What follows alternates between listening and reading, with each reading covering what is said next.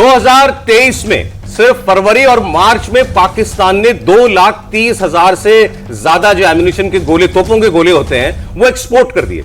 रूस और Ukraine war के दौरान पाकिस्तान ने यूक्रेन को 155 mm आर्टिलरी के गोले और कई मोर्टार और कुछ हथियारों की और गोलियों की, बुलेट्स की सप्लाई की।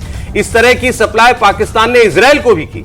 वैसे ये इजराइल को तबाह करने की कस्में खाते हैं, लेकिन इजराइल को वेपन भी देते हैं। नतीजा यह कि पाकिस्तान ने कमाई तो कर ली, अब लड़ने के लिए उसके पास गोला बारूद खत्म हो गया है। कैप्टन साहब, जहां तक पाकिस्तान का सवाल है, ये अपने आप को किसी तरह से बचा रहे हैं। जो परिस्थिति इनकी पिछले 4 सालों से है, उसमें 5 सालों से करीब करीब ये इनका मनोबल टूट चुका है, इकोनॉमी पूरी तरह से खराब हो चुकी है। इस कारण से, और युद्ध का कोई उन्हें डर नहीं था। ऐसा पिछले 2 सालों से ऐसा माहौल हमने करीब 5-6 सालों से कहिए, हमने ऐसा माहौल बनाया हुआ है कि हमारी जो कन्वेंशनल लड़ाई है, इसका कोई माहौल नहीं बन रहा था हमारे एरिया में। ऐसा कोई टेंशन भी नहीं हमने बहुत ज्यादा डेवलप किया है। हमारी सेनाएं भी अपनी अपनी एलओसी पे अपनी अपनी जगह, और क्रॉस फायर बहुत कम हो रहा था।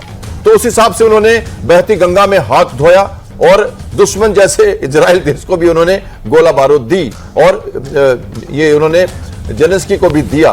तो ये तो एक तरीके का एरिया ऑफ इंटरेस्ट होता है, हर कंट्री अपने हिसाब से काम करता है।